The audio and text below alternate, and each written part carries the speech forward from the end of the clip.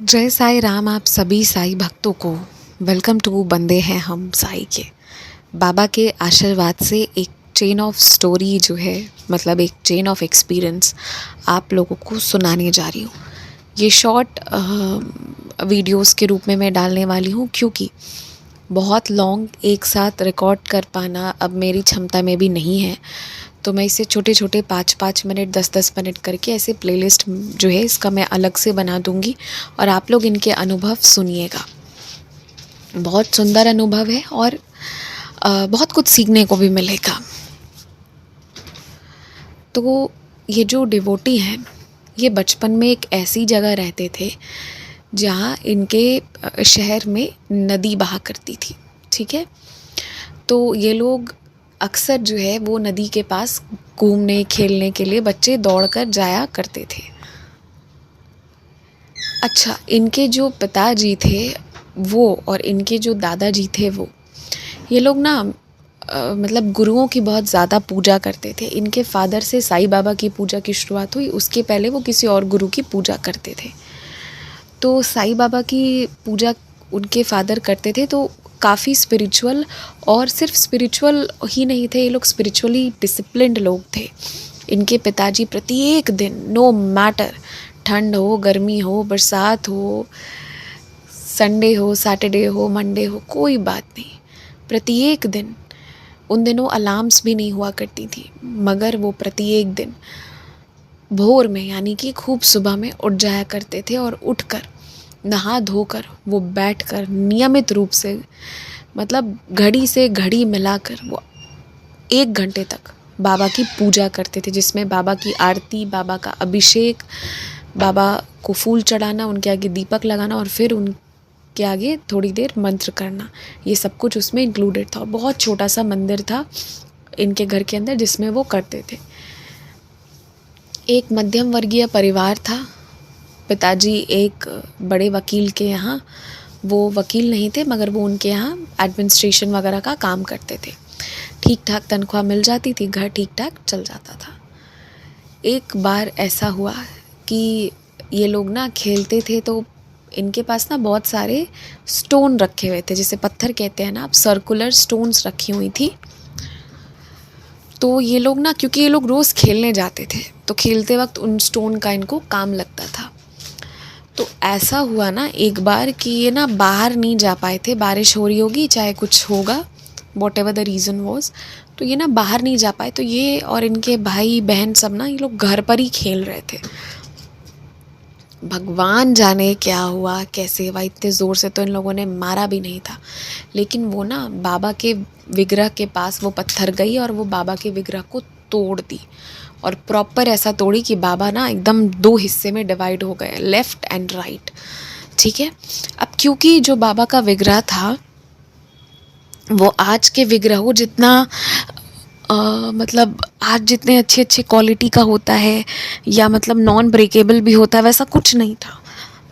वो जो विग्रह इनके पिताजी बाबा को जिस रूप में स्थापित किए थे, आप समझिए कि वो ना बस एक बेसिक सा जो वो ला सकते थे वो लेके आए थे और श्रद्धा बहुत थी। और जब ये हुआ ना तो इनके पिताजी ने ना इन लोगों को डांटा ही नहीं, वो ना बाबा के समक्ष बहुत रोए, बहुत ज़्यादा रोए, क्योंकि इनके पिताजी को पता था कि अगर आज बाबा टूटे भी है ना और बच्चों के हाथ से तो इसमें मेरे बच्चों की गलती नहीं है, मतलब बच्चे is not involve in this, बच्चों ने तो जानबूझकर तोड़ा ही नहीं है। और क्योंकि शुक्र तो इस बात की थी कि इनके पिताजी घर पे थे उस शाम जब ऐसा हुआ, तो इनके पिताजी ने भी देखा कि बच्चे कहीं से भी मतलब कहीं से भी वो बाबा की तरफ पत्थर मार ही नहीं रहे थे, वो पत्थर एकदम से ऊपर गिर गया। और ताज्जुब की बात तो ये है कि वो छोटी सी मंदिर शेप में थी जिसके अंदर बाबा बैठे हुए थे, बट वो उसके अंदर, क्योंकि कोई चीज़ अगर ऊपर गई है तो वो तो नीचे गिरनी चाहिए, बट वो नीचे आधा नीचे गिर के और फिर एकदम से मंदिर के अंदर गिरी, ये तो उनको भी समझ नहीं आया। बट ये समझ आ गया था कि बाबा रहना नहीं चाहते हैं। इनके पिताजी ने ये अज्यूम कर लिया कि बाबा रहना नहीं चाहते हैं यहाँ, तो कोई बात नहीं कोई बात नहीं। और इन्होंने फिर कहा कि चलो कोई बात नहीं, पर बहुत रोए वो बहुत ज़्यादा। और इनके ना दिल पे ये बात लग गई, क्योंकि पिताजी आम तौर पर छोटी छोटी चीज़ों में डांट देते थे, लेकिन इस बार कुछ बोले ही नहीं, कुछ डांटे ही नहीं। उल्टा बच्चों के साथ अच्छे से बैठ कर खाए, जो भी है सारा सब कुछ हुआ। और ऐसा नहीं है कि इनके पिताजी दोबारा एक विग्रह नहीं ला सकते थे, मतलब ऐसा कोई पैसों वैसों का इतना कोई दिक्कत नहीं था कि एकदम विग्रह आ ही नहीं सकता था एक और, ऐसी कोई बात नहीं थी। पर पिताजी ने नहीं लाने का सोचा। उनको उनके मन में ये भावना आई कि कोई बात नहीं, अब बाबा का स्थान खाली रहेगा, अब मैं नहीं लेके आऊँगा, आना होगा तो अपने आप से आएंगे, नहीं तो कोई बात नहीं, नहीं तो मेरी भक्ति में कमी है। और इस तरह से 1 साल तक इनके पिताजी उसी खाली स्थान को बाबा मान के उसी खाली स्थान को पूजते रहे। उसी तरह उनके नियम में उस 1 साल में कोई बदलाव नहीं आया। उन्होंने बच्चों को कभी नहीं डांटा इस चीज़ के लिए, और बच्चों को एक समय के बाद आदत भी हो जाती है। They are like okay fine, कोई बात नहीं, वो एक्सेप्ट भी कर लेते हैं कि ठीक है अब नहीं है तो नहीं है भाई, वो बच्चे हैं, उतना नहीं सोचेंगे। लेकिन ना इनके दिमाग में ना उस एक चीज़ का छाप रह गया था, जब इनके फादर ना रो रहे थे, जो टूटे हुए बाबा को समेट रहे थे ना, तो इनके फादर जो रो रहे थे वो ना इनके दिमाग में रह गई थी। अब मैंने आप लोगों को बताया था नदी, इनके घर के पास में नदी थी जहाँ बच्चे सभी खेलने जाते थे, और ये लोगों को ना बहुत क्लियर इंस्ट्रक्शन रहता था, और कोई ना कोई मतलब ये लोग जाते थे तो मोहल्ले का कोई ना कोई बड़ा, जैसे कोई बड़ी दीदी या कोई बड़े भैया एक चले गए, और झुंड भर के बच्चे अपने नदी के आसपास खेले घूमे, जो भी है करना है किए, और उसके बाद फिर जो है वो वापस घर आ गए, जिससे कि बच्चे डूब ना जाए, इस चीज़ का ध्यान रखा जाता था। तो मोहल्ले में ना हर घर से रोज़ एक एक दिन ड्यूटी लगती थी। तो ये लोग नदी के तट पे खेलते थे, नदी में कोई नहीं जाता था, बट वो जगह बहुत खाली रहती थी और बहुत मतलब अच्छा था, है ना, प्रकृति के इर्द गिर्द अच्छा भी लगता है, तो बच्चों को वहाँ भेजा जाता था। अब होता ये है ना कि ये लोग खेल रहे थे, खेलते खेलते खेलते क्या होता है कि ये लोग नदी के किनारे पहुँचे, तो वो जो दीदी थी ना वो डंडा लेके आई, मतलब बच्चों जब भी जाते थे एक बड़ी मोटी छड़ी लेके कोई जाता था, तो सारे बच्चों को पिटाई करके वो वापस लाने लगी। अब जैसे ही वो लाठी चलाना शुरू की तो सारे बच्चे छोटे थे, तो सभी दौड़ते दौड़ते वापस पीछे भागने लगे कि नदी से अलग, है ना, सीढ़ी की साइड भागने लगे।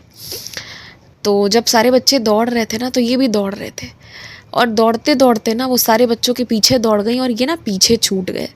नदी से थोड़ा ही आगे ये निकले थे, ठीक है, और 1 सेकंड के लिए ना इनको लगा कि ये क्या हो गया। इनका ना पाँव बहुत ज़ोर से फंस गया, इनका राइट लेग बहुत ज़ोर से फंस गया, और इनको लगा ना कि नदी का जो पानी है ना वो सारा नदी से निकल के अब इनके ऊपर ही आ जाएगा।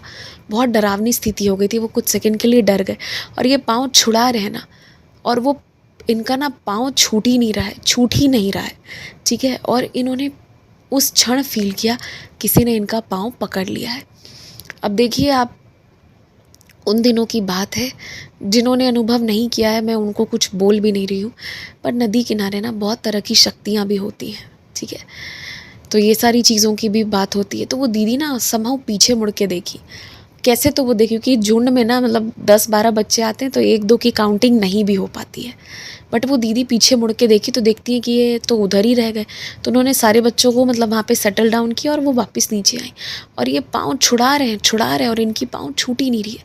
तो दीदी को इन्होंने बोला कि दीदी आप मेरी पाँव छुड़ाओ, मेरा पाँव नहीं छूट रहा है, और ना ये फील कर चुके हैं कि कोई चीज़ इनको पकड़ा है। इन्होंने बोला कि दीदी नीचे ना एक किसी आदमी ने ना मेरा पाँव पकड़ लिया है, और वो भी घबरा गई। अब नदी किनारे बच्चे और वो, पर वो दीदी जैसे ही हाथ लगाई ना, बस नीचे से हाथ किसी ने छोड़ दिया, और हाथ छोड़ दिया, और ये इनका जो है पाँव ऊपर आया। तो इनका पाँव फिर ऊपर आया ना, तो सोचिए कि इतने छोटे से बच्चे हैं और नदी के तट को ये कितना गहरा कर पाएंगे, खुद का वेट कितना है, इतना तो वेट नहीं है। पर जानते हैं उसके बाद क्या हुआ, वो ना थोड़े दूर तक इनके पाँव से ऐसा लगा ना कि किसी ने अंदर से खींच के, मतलब हाथ निकाल के इनके पाँव को खींचा है, तो वो थोड़ा गहरा हो गया। तो उस गहराई को पे ना इनकी दीदी और ये दोनों ऐसे करके झांके कि ऐसी कौन सी चीज़ थी भाई। हालांकि डर तो सबको लग रहा था, इन दोनों को ही डर लग रहा था, क्योंकि यही दोनों समझ रहे थे कि हम किस परिस्थिति में हैं। तो दोनों ही मिलकर जब झांके ना, तो इनको ना वाइट वाइट कुछ दिखा।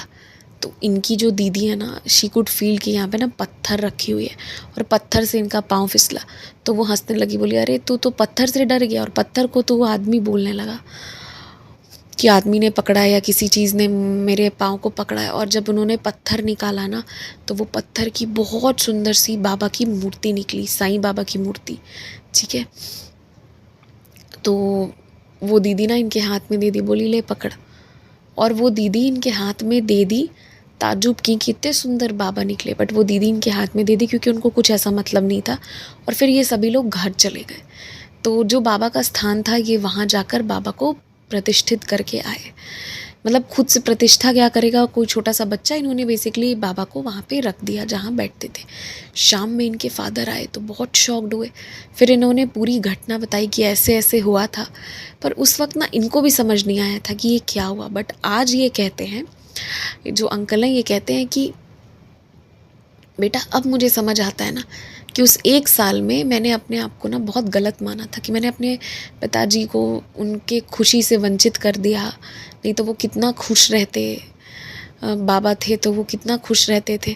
और मेरे मन में ये था कि मुझसे ही ना बाबा टूटे हैं खेलने के दौरान, तो मैं कैसे ला कर दूँ। तो एक बच्चा क्या कर सकता है।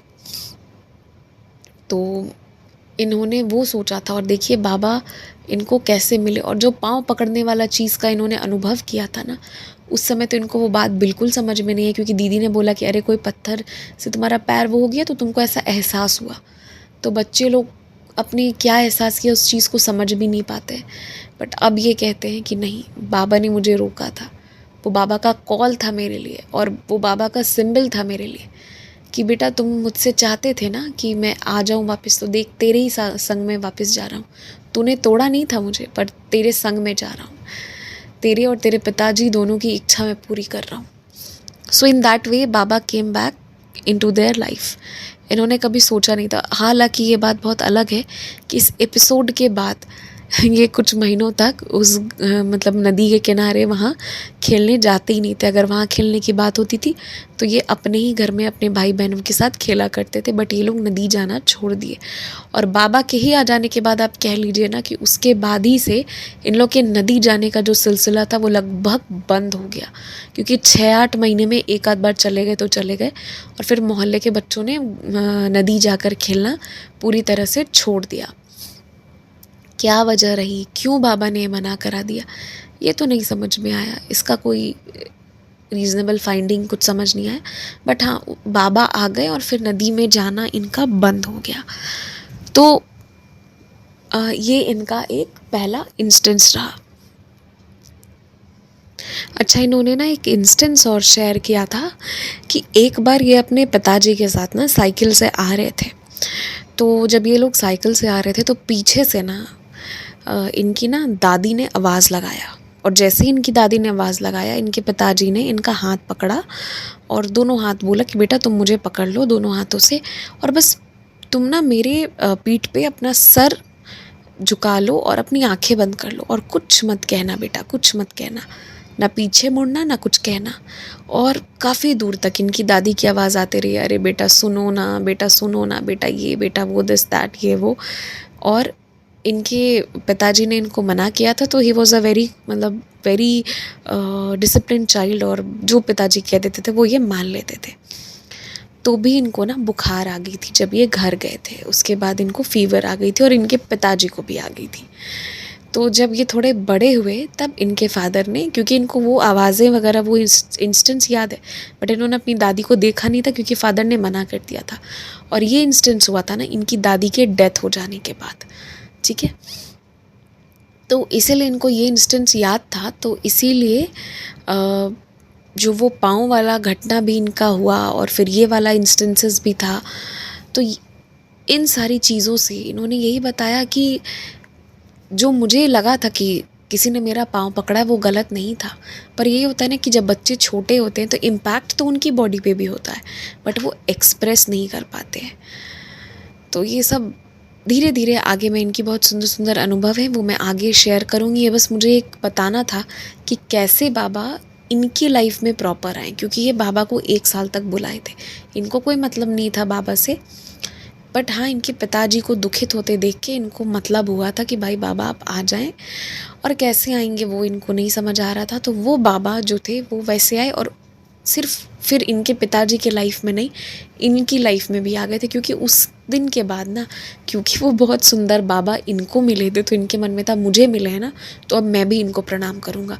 तो ये भी बाबा के आगे नतमस्तक होने लगे। अब बाबा कोई भी भाव ना डालें किसी के भी मन में, but the ultimate purpose is कि बाबा जीवन में प्रवेश करें, जो कि बाबा कर चुके हैं। अब आगे इनके बहुत सुंदर सुंदर अनुभव हैं जो मैं शेयर करूँगी नेक्स्ट एपिसोड में। तब तक के लिए आप सभी को जय साईं राम। और इनके एपिसोड को फॉलो करने के लिए जो इनका मैंने थंबनेल लगाया ना, मतलब जो आपको वीडियो दिख रही होगी, वीडियो में जो इमेज दिख रही होगी, पिक्चर दिख रही होगी, वो कांस्टेंट रहेगी इनके सारे एपिसोड्स में जब तक कि इनका एपिसोड चलता रहेगा। तो आप लोग उसके थ्रू इनको फॉलो कर, मतलब इस स्टोरी को पूरा फॉलो कर सकते हैं। जय साईं राम।